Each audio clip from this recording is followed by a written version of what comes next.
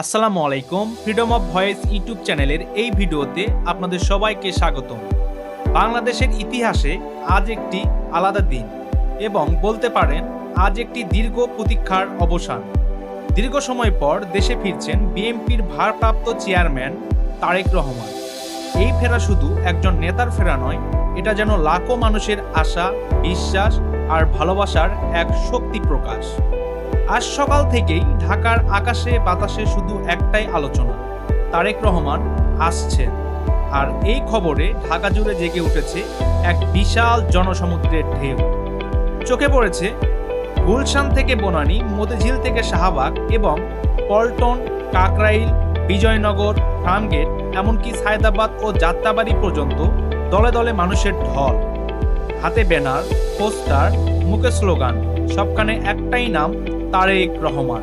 এই জনসমুদ্র কোনো হঠাৎ তৈরি হওয়া ভিড় নয়, এটা তৈরি হয়েছে দীর্ঘদিনের অপেক্ষা থেকে, বঞ্চনার কষ্ট থেকে আর বিশ্বাসের গভীরতা থেকে।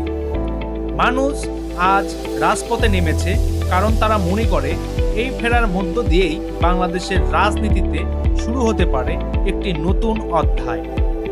দীর্ঘদিন দেশের বাহিরে থেকেও তারেক রহমান মানুষের পাশে থেকেছেন নীরবে, কখনো অসুস্থ মানুষের চিকিৎসায়, কখনো দুর্যোগ ক্ষতিগ্রস্তদের সহায়তায়, আবার কখনো অন্যায়ের বিরুদ্ধে প্রতিবাদ কণ্ঠে অবস্থান নিয়ে। এই কারণেই মানুষ আজও তাকে নিজের বলে মনে করে।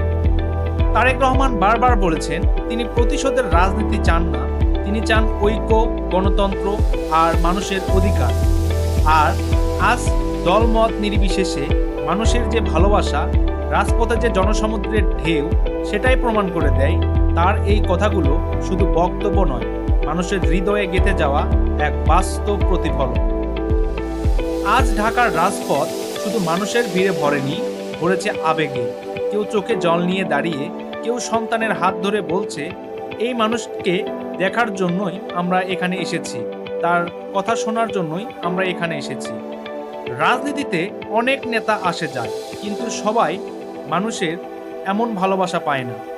আজকের এই জনসমুদ্র বলে দেয়, ভালোবাসা জোর করে আদায় করা যায় না, ভালোবাসা অর্জন করতে হয়। সবশেষে একটাই কথা, ইতিহাস শুধু ক্ষমতার হিসাব রাখে না, ইতিহাস মনে রাখে মানুষের ভালোবাসার ঢেউ। আর আজ ঢাকার রাজপথে ছড়িয়ে পড়া এই জনসমুদ্রের ঢেউ লিখে দিল ভালোবাসার আরেক নাম, দেশনায়ক তারেক রহমান।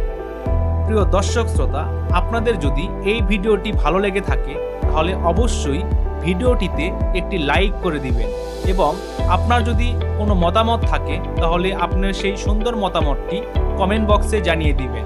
আর আপনি যদি আমাদের এই চ্যানেলে নতুন হয়ে থাকেন তাহলে অবশ্যই ফ্রিডম অফ ভয়েস ইউটিউব চ্যানেলটি সাবস্ক্রাইব করে দিবেন। মনে রাখবেন, আপনাদের কণ্ঠস্বর আমাদের শক্তি। আল্লাহ হাফেজ।